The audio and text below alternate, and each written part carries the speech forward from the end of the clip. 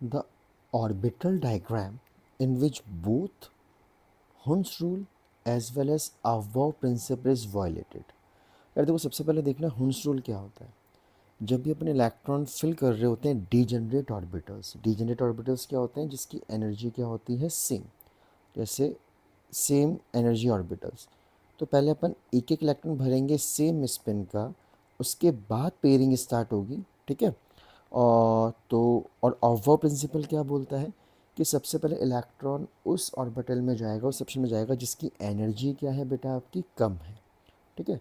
तो यहाँ पे देखो सबसे पहले ये है, ये ऑफ को तो सही सही है, इसमें ऑफ तो ठीक है, पहले इसमें भरा लोअर शेल में फिर हायर में गया। जैसे मान लो अगर ये 2s है तो ये मान लो 2p कर लेते हैं अपन, ठीक है। लेकिन यहाँ पे हुंस रूल वॉलेट हो रहा है, तो ये हुंस रूल वॉलेट हो रहा है, तो दोनों होने चाहिए, तो ये गलत हो गया भाई, ये नहीं हो सकता।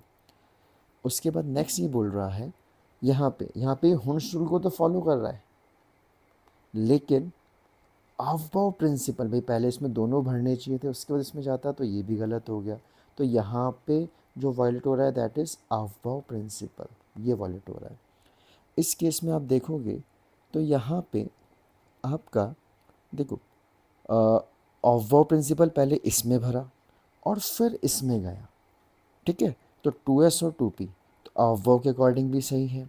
दूसरा हुंस के हिसाब से पहले एक एक इलेक्ट्रॉन भरा सेम स्पिन का, तो ये भी सही है।